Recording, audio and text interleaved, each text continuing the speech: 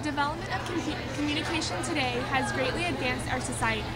However, the use of these devices in terms of relationships with other people have undermined the self-esteem of many teens in our world today. This abuse over the internet or text message is, in most cases, pressuring teenage girls to take nude pictures or making them feel useless and upset. Most of these girls will not ask for help in these situations or ask their boyfriend to stop his behavior. Let's go to a local high school and ask the girls some questions about Dory. Well, I went on a cruise this summer to Alaska, and it was just a week long. I was with my sisters and my grandparents, and about 3 days into the trip, I met a guy from Florida named Cody. It was like in a teen group. So there were about 8 of us that all hung out, but he kind of like took special interest in me, and like we went like, you know, we would like walk around by just the 2 of us, but we would just talk and everything. We always met up with the big group.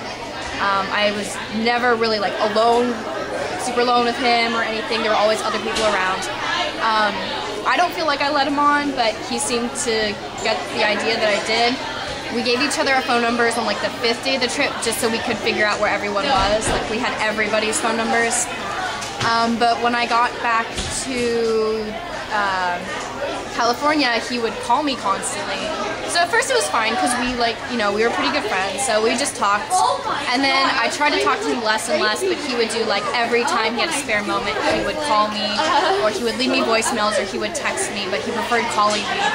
And a couple times I was like, you know, like I'm not okay, like I can't be constantly talking to you, and this is getting kind of out of my control. And then he would talk about like when we're married I'm gonna be a football star and everything, and which kind of freaked me out. So I tried to ignore his calls, and then that didn't work.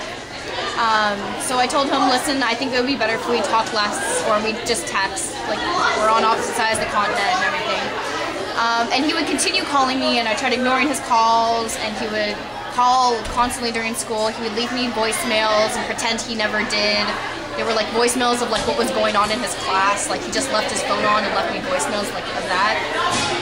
So finally one of my guy friends found out, and he called him and said, you know, leave Kia alone. She doesn't want to talk to you. This isn't like, no one's okay with this, and we don't really like what you're doing. He took it really personally, and he would leave voicemails on my phone like, you know, tell your friends to leave me alone and I'm not doing anything to hurt you. So I just kept ignoring him, and he finally got the clue. He'd still send me texts like once a week. But then my sister got a hold of my phone one day when he texted me, and I told her, don't text him back, don't text him back, but she did.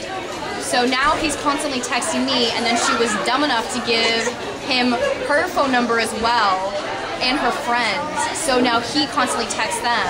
And I ended up having to call him and say, stop texting these girls, they're freshmen, like you can't talk to these girls, they don't even know you.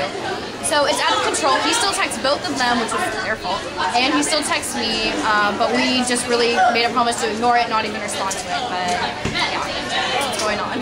Okay, I dated this guy for a while, and he was kind of an abusive texter and caller and kind of person in general, but I insulted him at one point in our relationship, and he would leave me text messages and phone calls and voicemails and have his friends calling me from random numbers telling me how he was going to come and beat me up or at one point kill me. And he actually did come up to me once and told me that if I had showed up the day before for rehearsal, he would have probably murdered me, which was a very happy thing to say to someone. So yeah, he was abusive, and he's not a part of my life anymore at all. So yeah. Let's look at the facts. According to the Ad Council, 1 in 4 teens say they have been harassed or felt put down from the messages they have received by their partner or text. Look around you. Could the 1 in 4 be sitting next to you?